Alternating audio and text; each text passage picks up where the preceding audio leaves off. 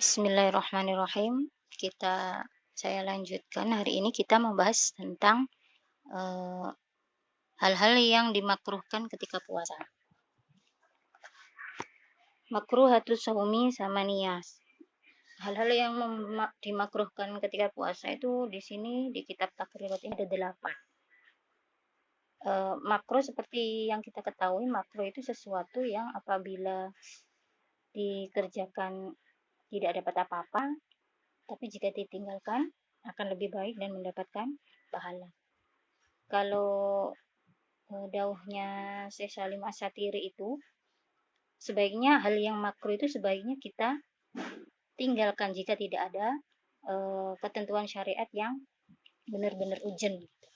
Kenapa? Karena ketika kita terbiasa dengan mengentengkan dan melakukan hal-hal yang makruh, maka nanti kita akan dengan ringan juga tergiring untuk melakukan hal-hal kecil yang haram. Nah, ketika kita nanti terbiasa dengan hal-hal kecil dan mengentengkan yang haram juga, maka nanti akan lebih jauh bisa menggiring melakukan hal-hal haram yang besar. Gitu. Jadi, hal-hal yang haram ini awalnya itu bisa dari hal-hal yang makruh yang terbiasa. Nah, itu kata beliau seperti itu. Jadi sebaiknya sebisa mungkin untuk hal-hal yang makruh itu kita tinggalkan jika tidak benar-benar urgent kita butuh untuk melakukan.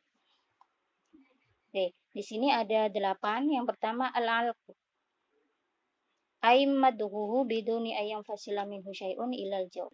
Al-alqu itu kayak ngunyah, mamah atau ngunyah. Di sini al-alqu bisa diartikan ngunyah permen karet atau mungkin yang punya baji itu meleburkan makanannya, dikunyah di mulut.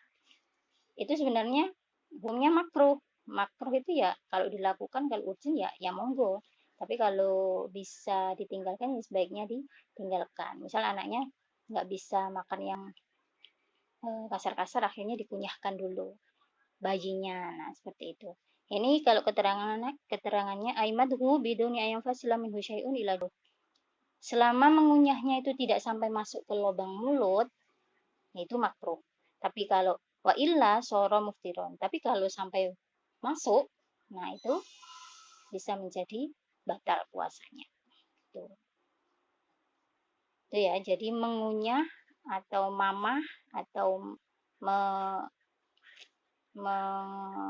apa ya? Pokoknya mengunyahkan makan sesuatu di mulut gitu. Mulum. Nah, itu. Nomor 2. Yang hal-hal yang dimakruhkan dalam puasa, dauqut ta'am. Dauqut ta'ami ini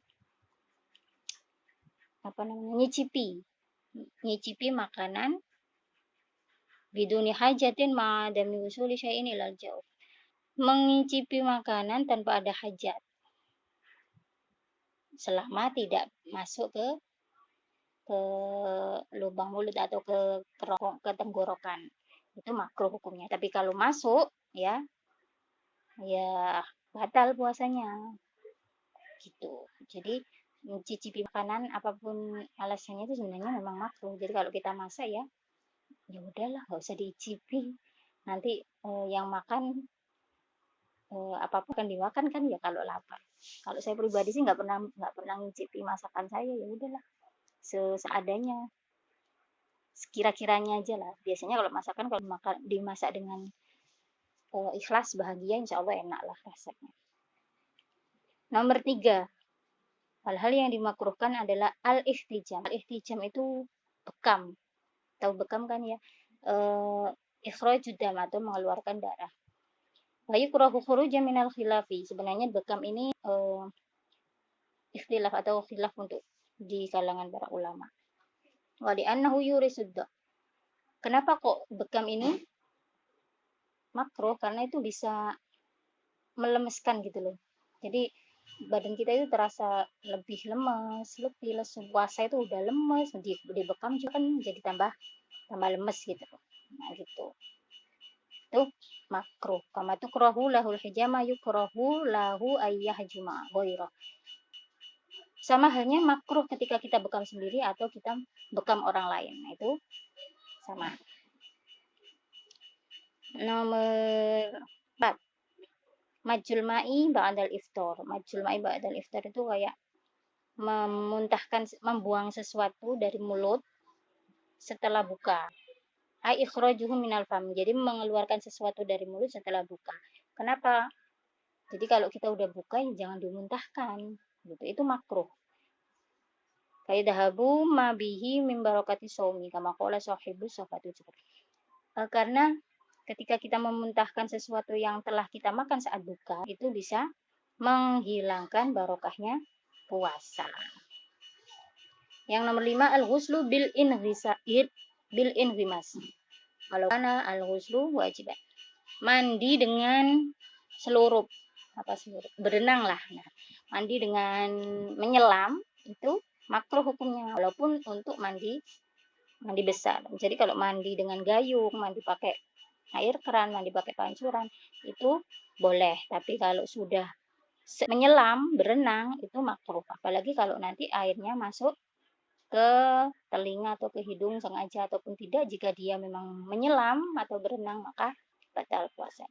Jadi menyelamnya atau mandi dengan berenangnya sendiri itu makruh, tapi kalau udah masuk airnya ke telinga ataupun ke hidung maka batal puasanya. Nomor 6, as-siwaku ba'da zawal. Bersiwak setelah waktu duhur. Siang-siang siwakan itu makruh. Siwak ini juga disamakan dengan sikat gigi. Jadi kalau kita sikat gigi setelah zawal itu makruh. Siang-siang sikat gigi makruh. Li'annahu yudhibu raihatal fam. Karena ketika kita bersiwak atau sikat gigi setelah zawal itu akan menghilangkan bau mulut. Jadi kalau di sini makruh. Yang nomor 7, ya hal-hal yang membatalkan puasa adalah kasratus syiba'i wan naum. Memperbanyak kenyang dan tidur atau kekenyangan, banyak tidur itu makruh. Wal khawdu fi ma la ya'ni. Atau melakukan sesuatu yang tidak bermakna, memperbanyak sesuatu yang tidak bermakna. Itu juga makruh. Seperti kita seharian penuh ketika puasa main PS terus. Nah, itu juga makruh. Li'anna dzalika yudhibu faidata shaum. Karena hal-hal tersebut menghilangkan faedahnya puasa. Yang nomor 8, tanawulu syahwatil al-mubahah. Nomor 8, tanawulu syahwat. Kayak memperoleh syahwat atau mencari-cari syahwat yang diperbolehkan sebenarnya. Ini makruh. Binal mashmumat awil mubsirat awil asmuat, baik itu mencari syahwat dari visual, secara visual atau secara audio atau secara penciuman. Nah, itu makruh. Contohnya kita lihat tontonan yang bisa menimbulkan syahwat. Walaupun itu boleh karena kan nonton film India atau apa, tapi film India itu lebih menggiring ke hal-hal yang bisa menumbuhkan syahwat. Nah, itu juga makruh. Atau penciuman itu seperti minyak wangi. Nah, kalau kata Syekh Imam Asyatiri tadi, itu memakai minyak wangi atau harum-haruman juga makruh kalau di siang hari. Karena itu ya ini tanawuli syahwat al-mubaha termasuk minal yang masmumat ini. Jadi karena memakai minyak wangi atau memakai harum-haruman ketika siang hari saat puasa itu termasuk hal-hal yang dimakruhkan dalam ketika puasa. Wallahu a'lam. Itu ya.